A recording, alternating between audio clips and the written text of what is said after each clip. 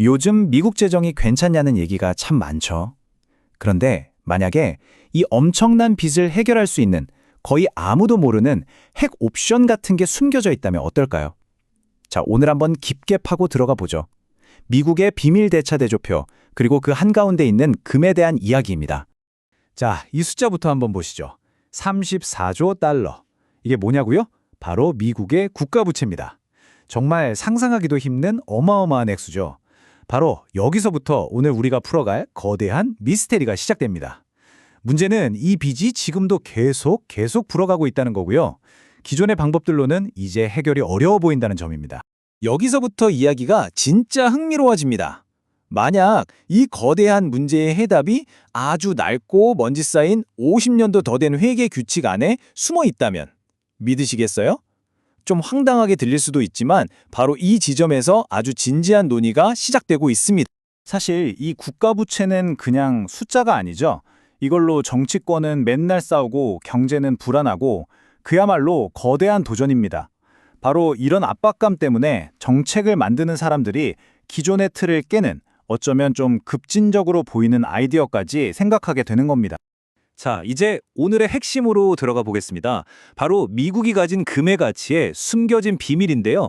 이게 어쩌면 수십 년 동안 잠자고 있던 엄청난 잠재력을 깨우는 열쇠가 될지도 모릅니다. 이걸 보시면 정말 깜짝 놀라실 겁니다. 미국 정부가 공식 장부에 기록해 놓은 금의 가치는 고작 11억 달러예요. 그런데 이걸 지금 시장 가격으로 다시 계산하면요. 무려 8,610억 달러를 훌쩍 넘어갑니다. 아니, 어떻게 이렇게 말도 안 되는 차이가 날 수 있을까요? 그 비밀은 바로 법정금 가격이라는 것에 있습니다. 이게 뭐냐면 1973년에 미국이 금본위제를 완전히 폐지할 때 법으로 딱 정해놓은 가격이에요.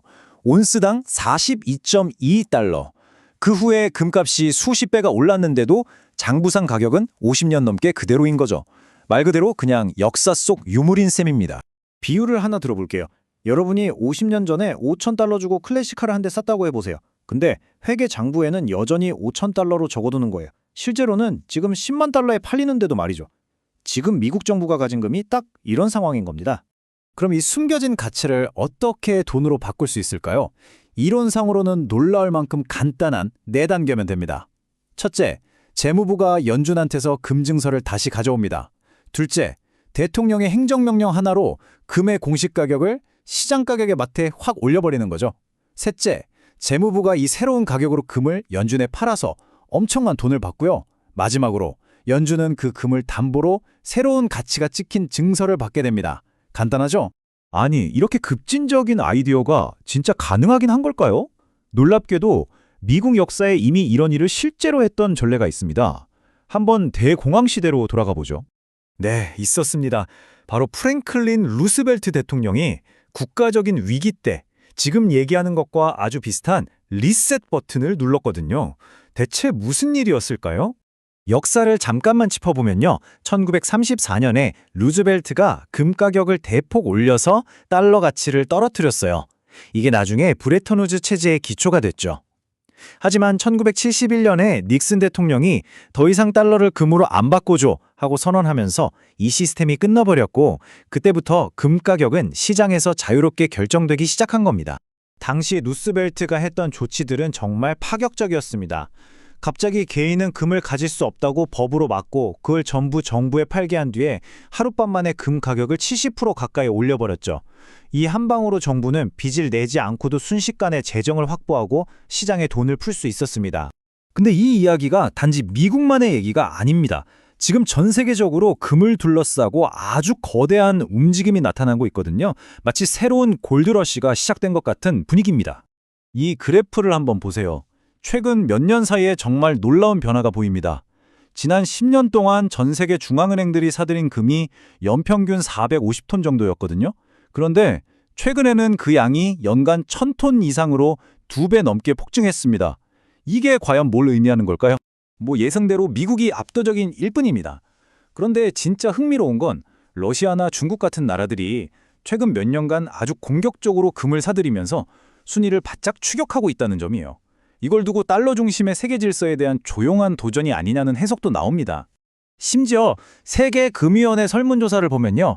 전 세계 중앙은행의 무려 95%가 앞으로도 각국이 금을 더 사들일 거라고 보고 있습니다. 한마디로 전 세계 정부들이 미래가 불안하니까 역시 믿을 건 금밖에 없다고 생각하고 있다는 아주 강력한 신호인 거죠. 자, 그럼 이 금 재평가라는 게 미국의 빚 문제를 해결할 마법 같은 금융 치트키일까요? 아니면 판도라의 상자를 여는 위험한 도박일까요? 지금부터 이 뜨거운 논쟁, 양쪽의 주장을 한번 들어보겠습니다. 논쟁의 핵심은 아주 간단합니다.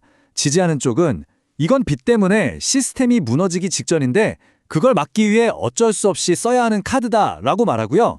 반대하는 쪽은 이건 시장의 규칙을 깨는 위험한 꼼수다. 결국 더 큰 혼란만 가져올 거다라고 경고하는 거죠. 지지자들은 이게 선택의 문제가 아니라고 말합니다. 귀금속 분석가 앤디 식트먼의 말을 빌리자면 이건 그들이 하고 싶냐 마냐의 문제가 아닙니다. 빚이 감당 못할 수준이 되고 신뢰가 바닥을 쳤을 때 결국 뭘 할 수밖에 없게 될 것인가의 문제죠. 라는 겁니다. 하지만 반대편에서는 장기적인 위험을 굉장히 우려합니다. 경제학자 레나 하코트는 이걸 게임의 규칙을 어기는 치트키에 비유하는데요. 단기적으로는 효과가 있어 보일지 몰라도 장기적으로는 미국 달러와 세계 금융 시스템에 대한 믿음 자체를 뿌리채 흔들 수 있다고 경고합니다. 만약 미국이 진짜로 금 가격을 재평가한다면 그 파장은 정말 엄청날 겁니다. 금값, 원자재 가격은 하룻밤새 폭등하고 관련 주식들은 난리가 나겠죠. 하지만 반대로 통화시장은 대혼란에 빠질 수 있고요.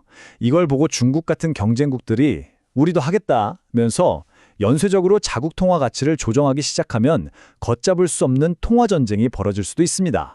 자, 이 모든 논의들을 종합해보면 우리는 어디로 가게 될까요? 우리는 지금 돈의 미래, 그리고 현대 금융 시스템에서 과연 금이 어떤 역할을 해야 하는지에 대한 아주 근본적인 질문을 던져야 할 시점에 와 있는 것 같습니다.